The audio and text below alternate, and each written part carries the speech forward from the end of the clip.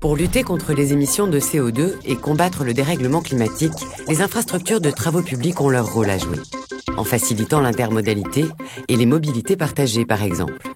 L'intermodalité consiste à utiliser plusieurs modes de transport au cours d'un même déplacement.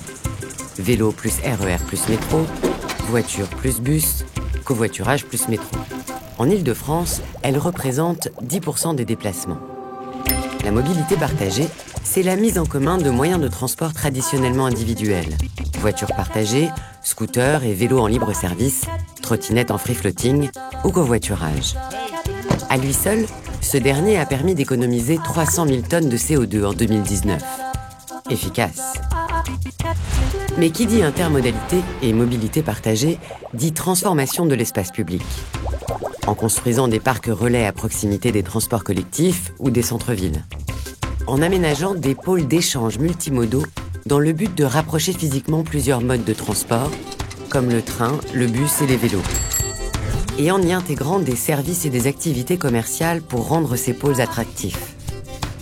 En construisant des aires de covoiturage pour lutter contre l'autosolisme.